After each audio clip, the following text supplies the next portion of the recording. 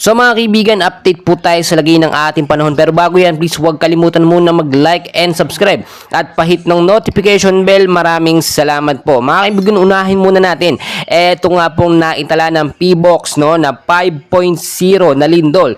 Dito nga po sa City of Masbate. Kasama po dyan ang lugar po ng Monreal, Batuan at San Fernando, Masbate mga kaibigan. So pinag-iingat po yung mga lugar na yan sa banta nga po ng lindol na posibleng lumakas or posibleng humina at talagang nakamonitor tayo dyan mga kaibigan. So ngayong araw din mga kaibigan no, ay nakakaranas po tayo ng patuloy po na pag-ulan dahil pa rin po yan mga kaibigan sa tinatawag po natin na hanging habagat or southwest monsoon.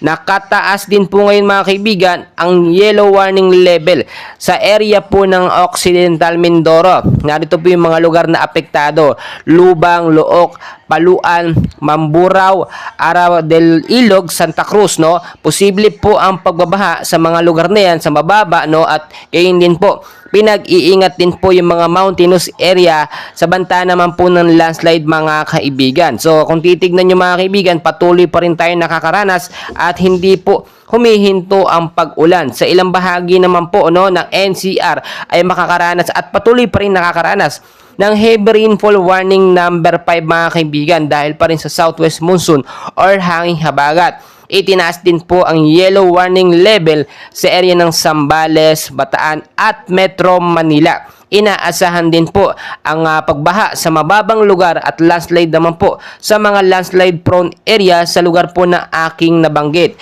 Asahan din po ang moderate to light na pag-ulan dito po sa area ng Nueva Ecija at Quezon within the next 3 hours po mga kaibigan. So mas maganda naging handa tayo. So bakit nga ba lumalakas etong hanging habagat mga kaibigan? Dahil po yan dito po sa Super Typhoon Shanshan na nasa labas po ng ating par at ngayon po ay nasa bansang Japan na po mga kaibigan. Inaasahan din po na magtutuloy hanggang sa hapon. Ito nga po malawakang pag-ulan na patuloy mga kaibigan. Kahit po mahina ito ngayon no, nung madaling araw sobrang lakas, ngayon umaga medyo mahina na ito, ay posible ito makapagdulot ng pagbabaha dahil po sa walang tigil na pag-ulan mga kaibigan. Asahan din ang light to moderate na pag-ulan anumang oras within 2 to 5 hours mga kaibigan. Inaasahan din po na 7.5 to 15 liters po na pag-ulan per hour ang may dudulot nito sa area po ng Occidental Mindoro, magsaysay portion po ng San Jose Rizal at Kalintaan mga kaibigan. Inaasahan na 2 hanggang 3 oras ang posibleng maging epekto nito sa mga lugar po na yan mga kaibigan.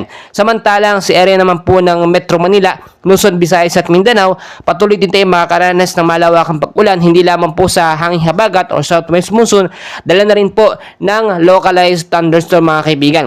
Paglilinaw po, wala pa naman tayong bagyo o sama ng panahon na binabantayan sa loob ng Philippine Area of Responsibility. Pero maging alerto po tayo sa banta na ang posibleng LPA sa labas po ng para mga kaibigan. So patuloy ko po kayong update and please wag na wag pong kakalimutan mag-like and subscribe. Maraming